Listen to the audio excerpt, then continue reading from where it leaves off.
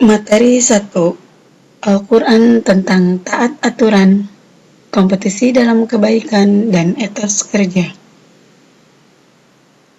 Pembahasan kali ini adalah Quran Surat An-Nisa ayat 59, Quran Surat Al-Ma'idah ayat 48, dan Quran Surat At-Taubah ayat ke-105.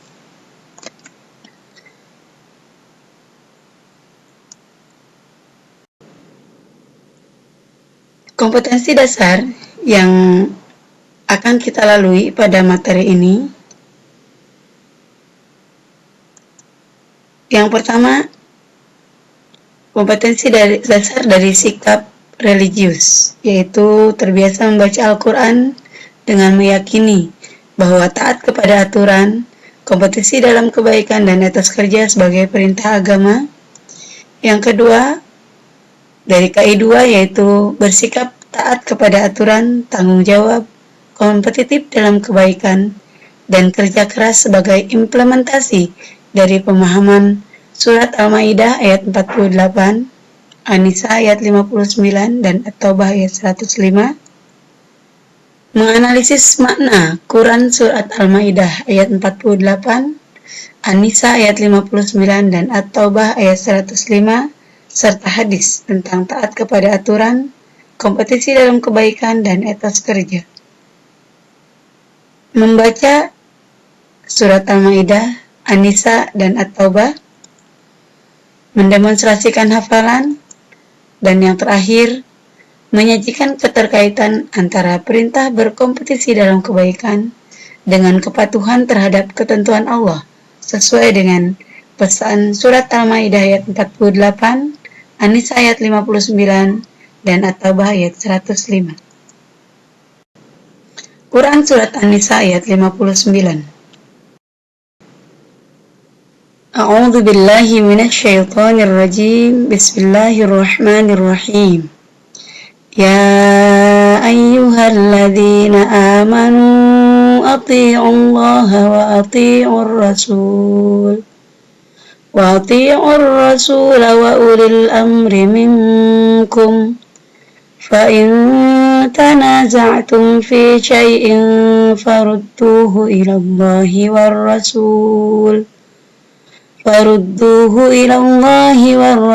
in kuntum tu'minuna billahi wal yawmil akhir. Dzalika khairun wa ahsanu ta'wila.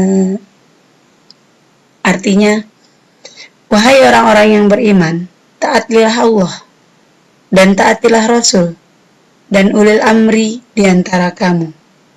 Kemudian, jika kamu berbeda pendapat tentang sesuatu, maka kembalikanlah kepada Allah dan Rasul. Jika kamu beriman kepada Allah dan hari kemudian, yang demikian itu lebih utama bagimu dan lebih baik akibatnya. Silakan dianalisis tajwid hukum-hukum bacaan yang terdapat dalam surat An-Nisa ayat 59. Isi kandungan ayat yang terdapat dalam surat An-Nisa ayat 59. Yang pertama, kita sebagai manusia, orang yang beriman, diwajibkan untuk taat dan patuh kepada perintah Allah Subhanahu wa Ta'ala dengan mengamalkan isi Al-Quran dan meyakini dengan sepenuh hati bahwa semua yang diperintahkan Allah pasti ada manfaat dan hikmah yang terkandung di dalamnya. Yang kedua, menaati tuntutan Rasulullah atau taat kepada perintah Rasulullah merupakan pengejawantahan atau turunan dari perintah Allah Subhanahu wa Ta'ala, yang dimaknai bahwa ketika kita menaati Rasulullah, itu adalah merupakan bentuk ketaatan kita kepada Allah Subhanahu wa Ta'ala, karena Rasul adalah manusia utusan Allah yang diperintahkan untuk menyampaikan risalah, ajaran agama Allah kepada manusia, sehingga kewajiban kita untuk menaati Rasul sama saja dengan kewajiban kita kepada Allah Subhanahu wa taala. Jadi taat kepada Rasul menduduki urutan kedua setelah taat kepada Allah Subhanahu wa taala. Yang ketiga, patuh terhadap ulul amri atau pemerintah atau pemegang kekuasaan dalam kepemimpinan, baik di masyarakat atau di suatu negara, yaitu merupakan kewajiban yang ketiga setelah ketaatan kita kepada Allah, setelah ketaatan kepada Rasul. Lalu yang ketiga adalah kewajiban mentaati ulul amri atau pemerintah. Dengan catatan, ketaatan terhadap ulul amri ini tidak mengandung kemaksiatan dan selama tidak bertentangan dengan Al-Quran ataupun hadis. Intinya, selama ulul amri atau pemerintah atau pemegang kekuasaan tersebut tetap taat kepada Allah dan Rasul-Nya dan tidak bertentangan dengan Allah dan Rasul, tidak mendurhakai Allah dan Rasul, maka kita wajib taat kepada pemerintah. Yang terakhir, yang keempat, jika dalam kehidupan bermasyarakat, berbangsa ataupun bernegara terjadi permasalahan atau perselisihan di antara manusia dan tidak diketemukan jalan keluar, maka perintah Allah adalah untuk mengembalikan permasalahan itu kepada Allah dan Rasul-Nya. Dalam artian, kita cari solusinya, kita tanya kepada Al-Quran dan hadis. Jadi apakah petunjuk Al-Quran dan hadis tentang masalah yang diperselisihkan antara umat manusia tersebut? Itu pasti ada jalan keluar jika kita mencari solusi dari Al-Quran dan hadis. Ini sesuai dengan perintahnya, dzalika khairu wa ahsanu ta'wila. Ini merupakan jalan atau jalan keluar yang paling baik ketika kita menyelesaikan masalah dengan mengembalikannya kepada Al-Quran dan hadis. Lalu apa saja sikap atau perilaku yang mencerminkan tentang isi kandungan ayat ini? Yang pertama, sebagai umat muslim, kita wajib berusaha mengkaji ayat-ayat Allah untuk mendapatkan pemahaman yang benar tentang hakikat kewajiban taat kepada Allah dan Rasulullah serta kewajiban taat kepada pemerintah atau ulul amri. Yang kedua, kita wajib meyakini bahwa setiap perintah yang di dalamnya mengandung kebaikan, pasti setiap perintah itu di dalamnya pasti ada manfaat atau hikmah.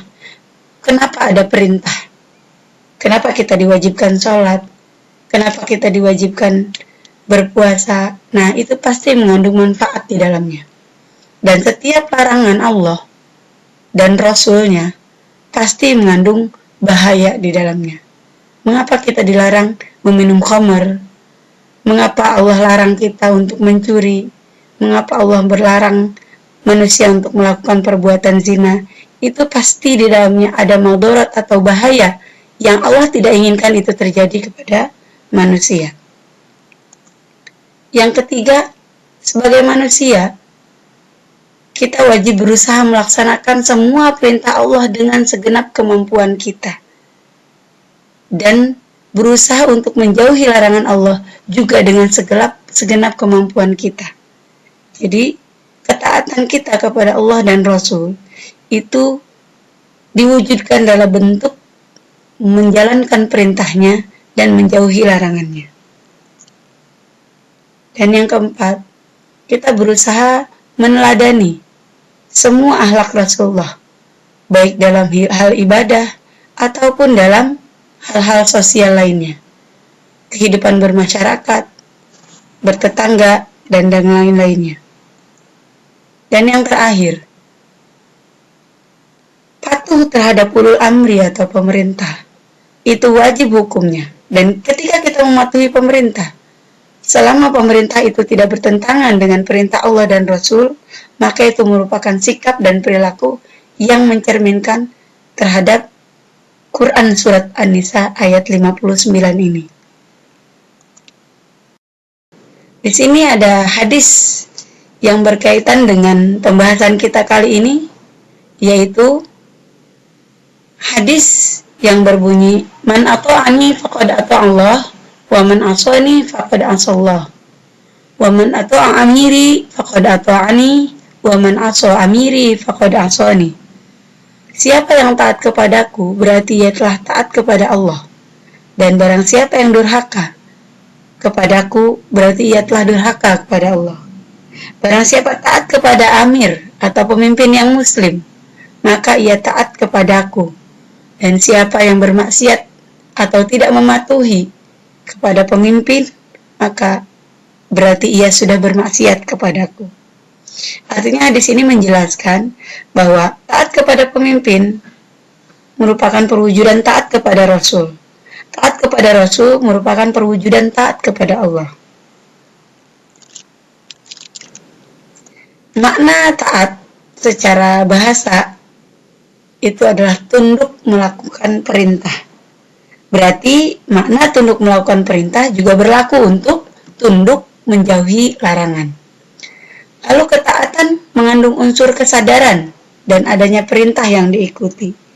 Ketika kita melakukan perintah itu dengan terpaksa atau melaksanakannya atau melaksanakan sesuatu yang tidak diperintahkan, itu bukan merupakan bentuk ketaatan. Jadi ketika sesuatu perbuatan kita lakukan tanpa keikhlasan karena terpaksa, maka itu bukan bentuk dari sebuah ketaatan. Seperti apa batasan taat kepada pemimpin? Apakah selamanya pemimpin itu wajib kita taati? Tentu saja karena pemimpin itu adalah manusia biasa, maka ketaatan kita terhadap pemimpin itu ada batasnya. Tidak sama dengan ketaatan kita kepada Allah dan Rasul. Seperti apa pemimpin yang wajib ditaati? Yang pertama, kita wajib taat kepada pemimpin selama pemimpinnya itu tidak memerintahkan kita untuk berbuat maksiat terhadap Allah dan Rasul. Karena dalam hadis yang diriwayatkan oleh Bukhari, dikatakan la ta'ata li makhluqin fi ma'siyatil khaliq. Tidak adalah ketaatan terhadap manusia jika manusia itu memerintahkan kita untuk bermaksiat kepada Allah atau kepada pencipta. Yang kedua, pemimpin tetap wajib ditaati meskipun dia ada kesalahan, walaupun dia memiliki kekurangan, yaitu tidak memenuhi hak rakyat. Artinya ketika ada pemimpin yang memerintahkan suatu kebaikan, tapi pemimpin itu sedikit ada celaknya, yaitu kadang-kadang hak rakyat tidak dipenuhi. Tapi selama perintahnya masih baik dan tidak menyalahi perintah Allah dan Rasul, maka sebagai rakyat wajib tetap mematuhi pemimpin tersebut.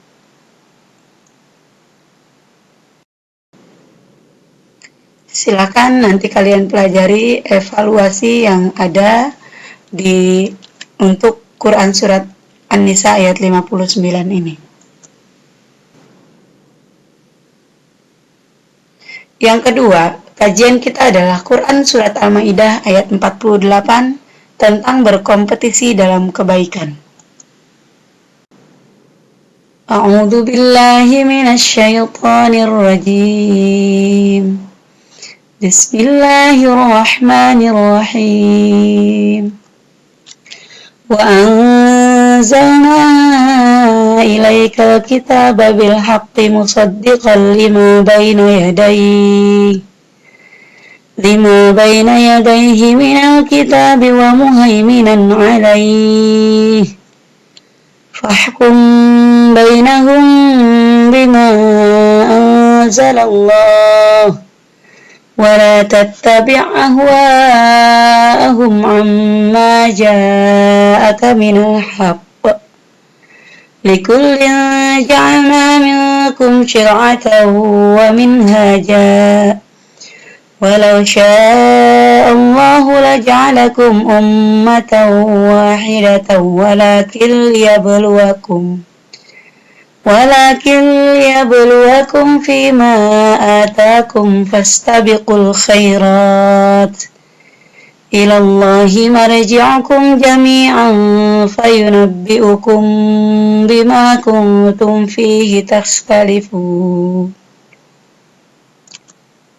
Dan kami telah menurunkan Al-Quran kepada Muhammad dengan membawa kebenaran, yang membenarkan kitab-kitab yang diturunkan sebelumnya dan menjaganya. Maka putuskanlah perkara mereka menurut apa yang diturunkan Allah, dan janganlah engkau mengikuti keinginan mereka dengan meninggalkan kebenaran yang telah datang kepadamu. Untuk setiap umat di antara kamu, kami berikan aturan dan jalan yang terang.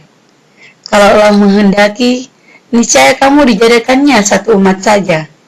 Tetapi Allah hendak menguji kamu terhadap karunia yang telah diberikannya kepadamu.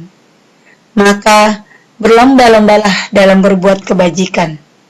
Hanya kepada Allah kamu semua kembali, lalu diberitahukannya kepada kamu terhadap apa yang dahulu kamu perselisihkan oleh umat Nabi Muhammad dan umat-umat sebelumnya.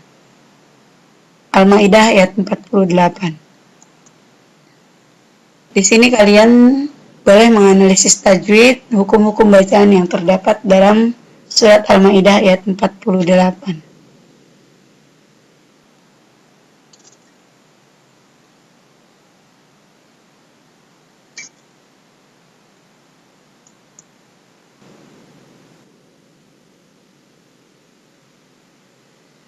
Isi Quran, isi kandungan surat Al-Maidah ayat 48.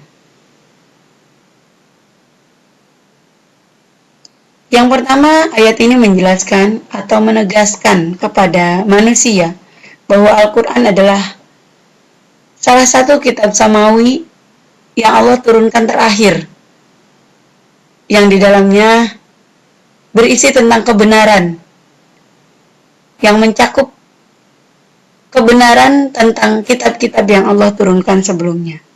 Sebagaimana diketahui bahwa Allah menurunkan 4 kitab samawi kepada para rasul. Yang pertama Taurat, yang kedua Zabur, yang ketiga Injil, dan yang terakhir Al-Quran. Nah, Al-Quran ini diturunkan dengan membawa kebenaran. Di dalamnya membenarkan kitab-kitab yang telah datang sebelumnya. Yang kedua, Allah memberikan setiap umat syariat yang berbeda. Walaupun ajaran itu datang dari Allah, tapi masing-masing umat itu diberikan syariat yang berbeda. Seperti umat Nabi Musa dengan syariat yang diturunkan melalui Taurat, umat Nabi Daud yang diturunkan melalui Zabur, dan umat Nabi Isa yang diturunkan melalui kitab Injil. Dan yang terakhir, umat Islam diberi syariat agama Islam melalui kitab yang diturunkan kepada Nabi Muhammad, yaitu Al-Quran. Tapi pada intinya, semua syariat-syariat tersebut mengandung ajaran yang sama, yaitu tentang tauhid atau keimanan kepada Allah Subhanahu wa Ta'ala. Dan yang ketiga, perintah untuk berkompetisi dalam kebaikan dengan kata-kata fastabiqul khairat, dan perintah untuk menjadi yang terbaik sesuai dengan petunjuk yang ada di dalam kitab suci mereka.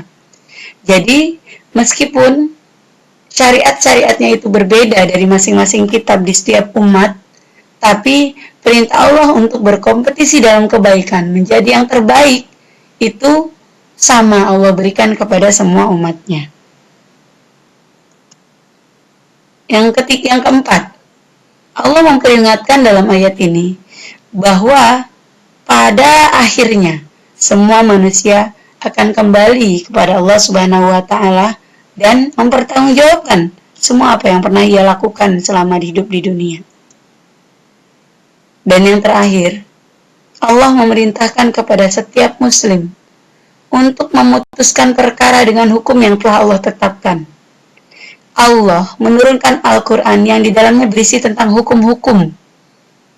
Banyak sekali hukum tentang kehidupan manusia yang sudah Allah tetapkan.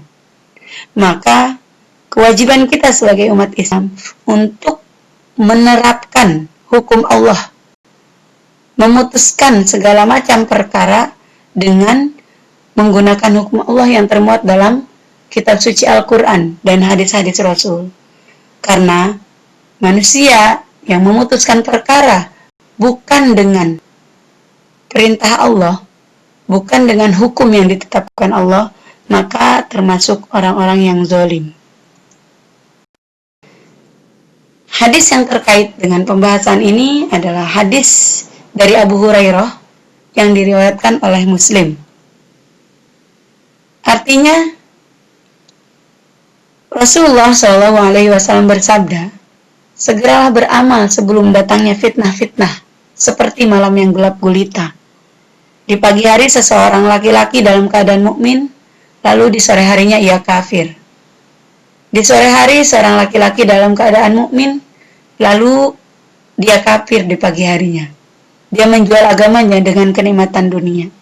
Jadi akan datang suatu masa bahwa seorang tidak lagi konsisten dengan agamanya, yang mana dia akan berubah-ubah keimanannya, bahkan di dalam hari yang sama, pagi dan sore.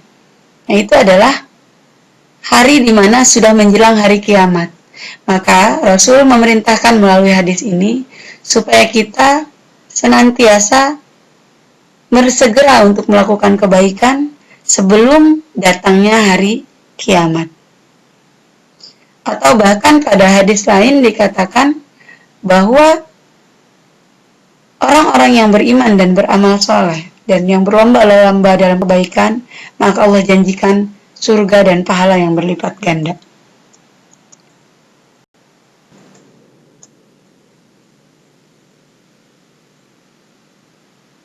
Kompetisi dalam kebaikan, menurut Kamus Bahasa Indonesia, arti kompetisi itu adalah persaingan. Jadi bisa juga diartikan berlomba-lomba. Nah, sementara kebaikan adalah segala perbuatan yang tidak merusak atau tidak membuat kerusakan. Bahkan perbuatan ini dapat menghilangkan kerusakan. Kebaikan di dalam Islam seringkali disebut dengan amal soleh, yang mana perbuatan tersebut mendatangkan maslahat, manfaat, atau mendatangkan kebaikan, baik bagi sendiri maupun bagi orang lain. Sehingga bisa dimaknai di sini bahwa kompetisi dalam kebaikan artinya adalah berlomba-lomba untuk bersegera melakukan amal soleh atau perbuatan baik. Apa hikmah atau manfaat yang bisa diambil ketika kita berlomba-lomba atau berkompetisi dalam kebaikan? Yang pertama, ketika kita berkompetisi dalam kebaikan, kita akan dianugerahi kehidupan yang baik, seperti yang tertera dalam Quran surat An-Nahl ayat 97. Yang kedua, memiliki rasa sayang, sebagaimana dalam surat Maryam ayat 96. Jadi orang yang selalu berbuat kebaikan, beramal soleh, itu akan terlatih untuk memiliki rasa sayang terhadap sesama manusia. Yang ketiga, memperoleh pahala yang besar, seperti dalam surat Al-An'am ayat 160. Yang keempat, memperoleh kesuksesan atau keberhasilan di dalam hidupnya, seperti firman-Nya dalam surat An-Nur ayat 55. Lalu yang kelima, memperoleh magfirah atau ampunan Allah yang ada di dalam surat Al-Hajj ayat 50. Lalu memperoleh jalan keluar, solusi atas permasalahan yang dihadapinya, dan memperoleh rezeki yang tidak disangka-sangka, seperti dalam surat At-Talaq ayat 2 dan 3. Yang ketujuh, mendapat tempat yang terbaik di akhirat. Dan yang kedelapan, memperoleh petunjuk dari Allah Subhanahu wa Ta'ala.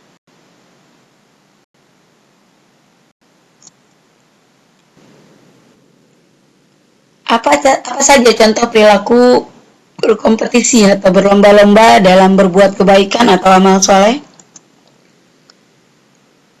Yang pertama, orang yang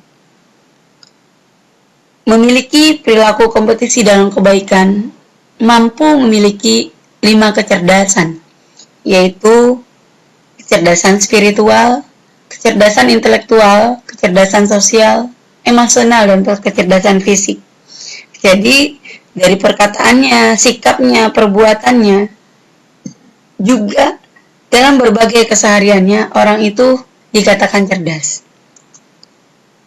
Lalu yang kedua, mampu menjadi contoh atau uswah atau teladan, juga bisa menjadi inovator, pemberi inspirasi bagi orang lain, transformator, motivator, memberikan motivasi bagi orang lain, dan edukator, mendidik dalam kehidupan. Yang ketiga, orang ini mampu mengambil keputusan yang tepat dan benar. Lalu, orang tersebut terbiasa berkata dengan kata-kata yang benar, kata-kata yang baik, kata-kata yang bisa mendatangkan kebaikan, yang jika didengar itu sejuk, yaitu qaulan sadida, qaulan karima, kata-kata yang mulia, qaulan baligha, yaitu kata-kata yang baligh, yang benar, lalu qaulan maisura, kata-kata yang mudah, dan qaulan layyina, kata-kata yang lemah lembut. Silakan untuk evaluasi, tahap evaluasi ini nanti bisa kalian pelajari dan kalian kerjakan sambil berlatih. Yang ketiga, Quran Surat At-Taubah ayat 105 tentang etos kerja. A'udzu billahi minasy syaithanir rajim. Bismillahirrahmanirrahim. Wa qul i'malu fasayarallahu 'amalakum wa rasuluhu wal mu'minun. Wa saturadduna ila 'alimil ghaibi wasyahadati fayunabbi'ukum bima kuntum ta'malun. Dan katakanlah, bekerjalah kamu, maka Allah melihat pekerjaanmu.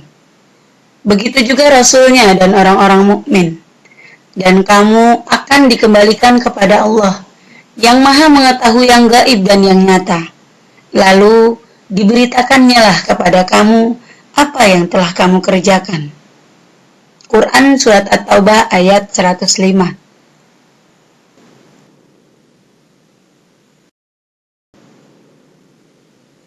Isi kandungan Surat At-Taubah ayat 105. Yang pertama, ayat ini memerintahkan kita untuk beramal soleh. Siapapun, manusia, Allah perintahkan untuk beramal soleh. Setiap ayat di dalam Al-Quran yang mengatakan kata-kata iman, yang di dalamnya ada kata-kata iman, alladzina amanu, dan orang-orang yang beriman, pasti diiringi dengan kata-kata wa amilus solihat, dan orang-orang yang beriman dan beramal soleh. Maka ini merupakan perintah Allah. Jadi iman itu harus diiringi dengan amal soleh.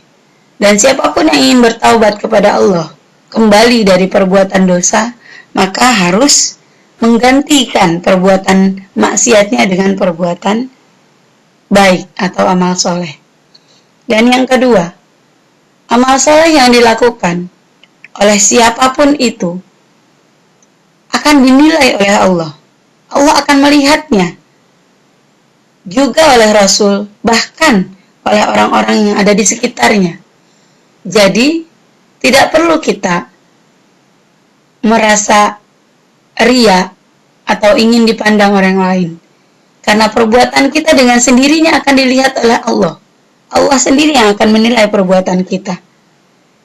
Rasul juga demikian, bahkan orang-orang mukmin tanpa kita minta, tanpa ada keinginan niat dari diri kita, dengan sendirinya perbuatan atau amal soleh kita akan dinilai dan dilihat oleh Allah, oleh Rasul dan orang lain. Yang ketiga, setiap manusia pada akhirnya akan dikembalikan ke alam akhirat, akan dikembalikan kepada kehidupan yang abadi. Dan kecil apapun amal perbuatan yang telah dia lakukan, baik buruknya, akan mendapatkan ganjaran.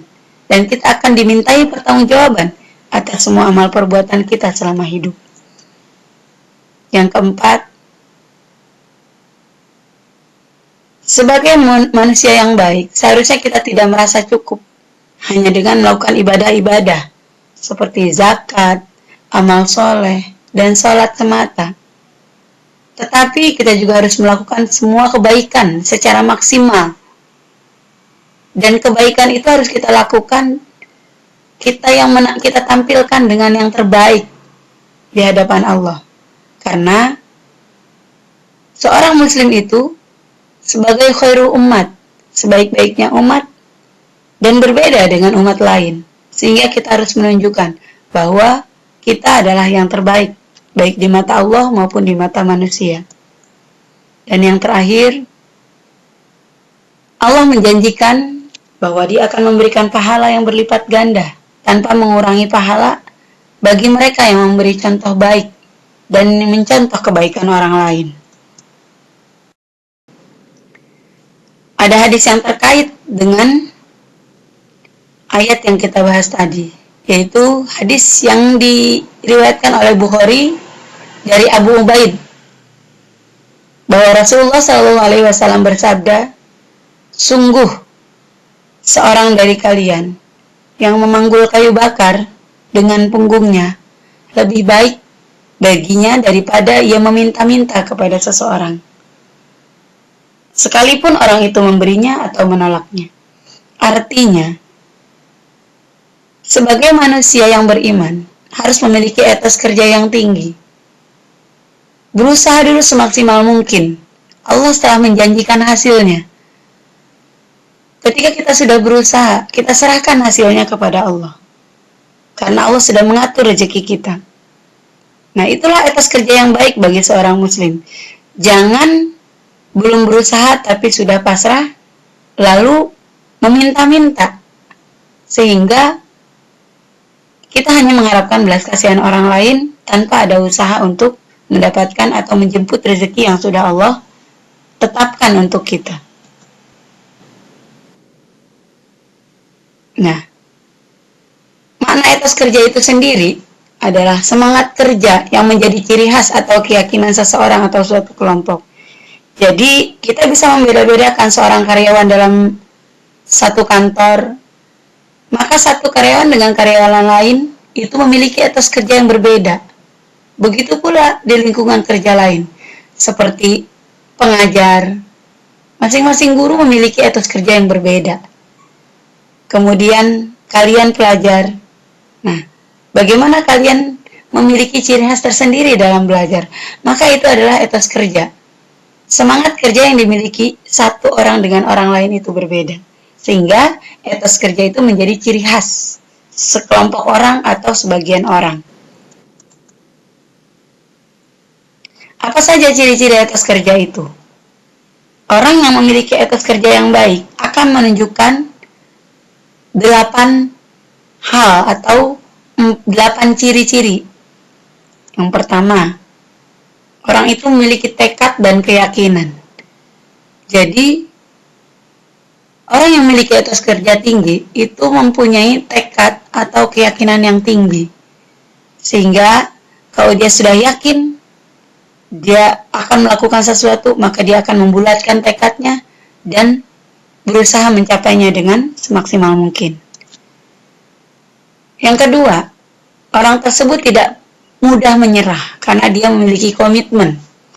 Jadi jika ada sedikit ataupun banyak rintangan, dia akan lalui. Yang ketiga, orang itu memiliki tanggung jawab. Yang keempat, kreatif terlihat dari berbagai inovasi yang dia lakukan. Yang kelima, istiqomah.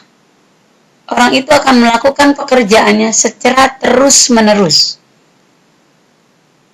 Dia juga akan melakukannya secara konsisten.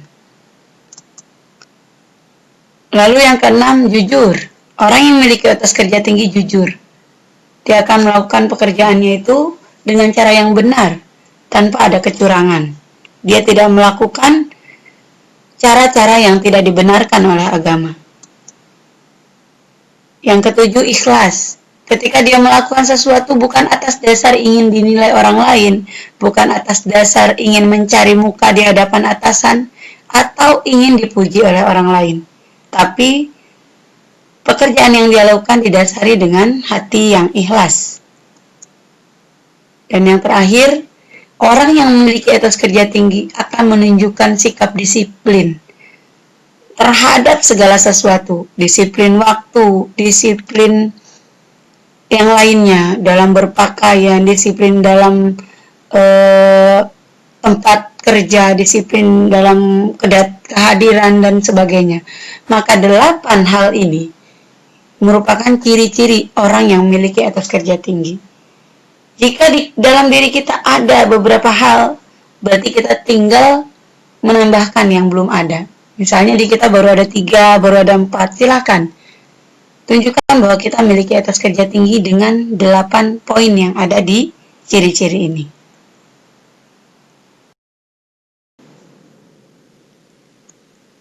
Prinsip-prinsip etos kerja. Dalam Islam, ketika kita melakukan pekerjaan, apa saja yang perlu kita perhatikan? Yang pertama, bekerja, beraktivitas, atau beramal, itu harus diniatkan karena Allah. Ikhlas, lillahi ta'ala, karena seluruh aktivitasnya itu dilakukan sebagai perwujudan rasa syukur kepada Allah Subhanahu wa Ta'ala. Kita diberikan kesempurnaan fisik, sehingga fisik yang Allah sudah berikan tadi digunakan untuk melakukan aktivitas, pekerjaan, dan amal soleh. Yang kedua, sebagai seorang muslim, apapun yang kita lakukan, baik itu pekerjaan mencari nafkah, belajar menuntut ilmu, atau apapun itu, orientasinya harus berujung kepada orientasi akhirat. Yaitu, sasaran yang kita capai dari hasil pekerjaan kita adalah kebaikan di dunia dan akhirat. Jangan hanya menuju kepada tujuan dunia saja, tanpa menuju ke tujuan akhirat. Dua-duanya harus seimbang. Akhirat tercapai, dunia juga tercapai. Kalau orientasi kita sudah kepada akhirat, dengan sendirinya Allah akan memberikan kita capaian di dunia. Jadi, sebagaimana doa yang selalu kita baca, Rabbana atina fid dunya hasanah wa fil akhirati hasanah. Jadi keduanya kita mendapat kebaikan. Keseimbangan hidup antara dunia akhirat itu merupakan prinsip etos kerja dalam Islam. Karena Allah memerintahkan kita untuk memperhatikan kebaikan hidup kita di dua hal tadi. Jangan sampai terjadi ketimpangan antara kehidupan dunia dan akhirat. Karena banyak sekali orang yang dunianya hebat. Dia memiliki harta yang banyak, berlimpah, kedudukan tinggi, kemudian kemewahan, tapi akhirat dia abaikan. Maka orang tersebut akan mendapatkan kesengsaraan hidup di akhirat. Sebaliknya, ada orang yang mementingkan kehidupan akhirat tapi mengabaikan kebahagiaannya di dunia. Sehingga di dunia dia merasakan kesulitan, kekurangan, dan sebagainya. Bukan itu prinsip etos kerja dalam Islam. Tapi Islam memerintahkan kita untuk seimbang, baik untuk kehidupan dunia, apalagi untuk kehidupan akhirat.